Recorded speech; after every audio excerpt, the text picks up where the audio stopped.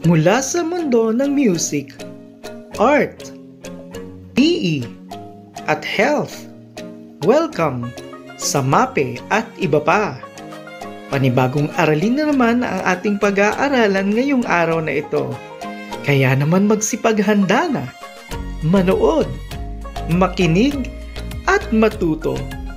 Ang ating pag-aaralan ngayon ay tungkol sa mga pangunahing posisyon ng mga braso at paa sa pagsasayaw. Ang ating pagsasanay ay hinati sa tatlong bahagi at sa unang bahagi, ito ay ang posisyon ng mga braso, kaya ihanda na ang mga sarili para sa ating unang bahagi.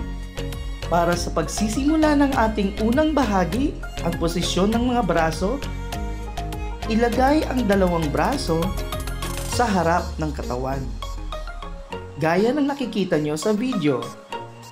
Ikalawang posisyon, ikatlo, ika-4, at ika-5.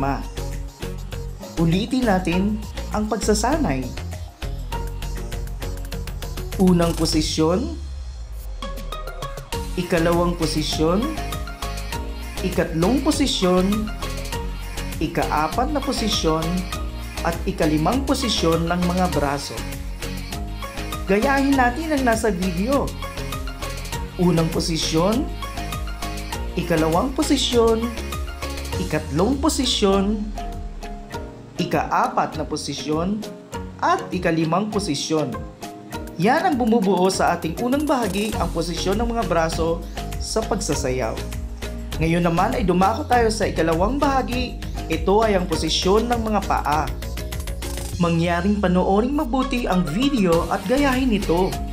Para sa ating unang posisyon, tignan o panoorin ang video. Pangalawa, pangatlo, pang-4, at pang-5 posisyon. Ulitin natin. Unang posisyon ay naka-14 letter V ang mga paa. Ikalawang posisyon, paghiwalayin ito. Ikatlong posisyon, idikit ito sa gitna ng kaliwang paa. Ika-4 at ika-5. Ulitin natin at gayahin ang video. Unang posisyon, naka-letter V ang mga paa. Ikalawang posisyon, paghiwalayin ito, iakbang ang kanang paa sa kanan o papunta sa kanan. Ikatlong posisyon, idikit ito sa gitna ng kaliwang paa. Ika-4 na posisyon, iakbang ang kanang paa sa harap. At ika-5 posisyon, idikit ang kanang paa sa dulo ng kaliwang paa. Ngayon naman ay gayahin natin ang video sa ibang anggulo. Unang posisyon, ikalawang posisyon, ikatlong posisyon, ika-4 na posisyon, at ika-5 posisyon.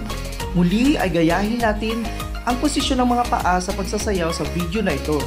Una,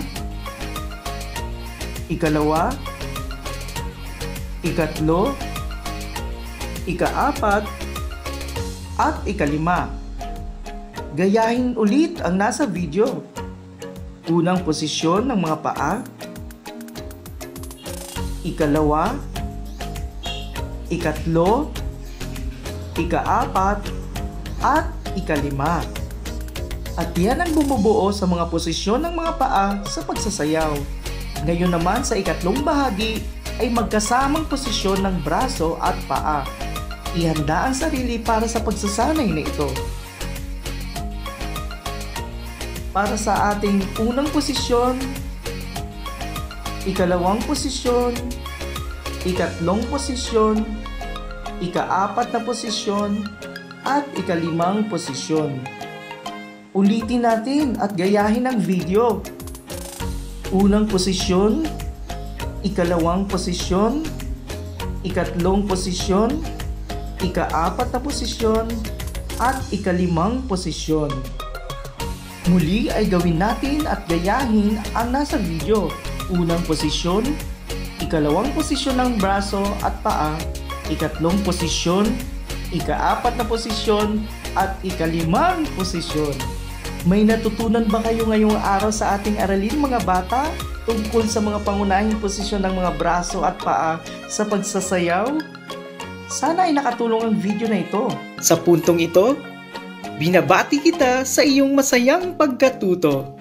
Please like, subscribe, and share. Hanggang sa muli. Thanks for watching!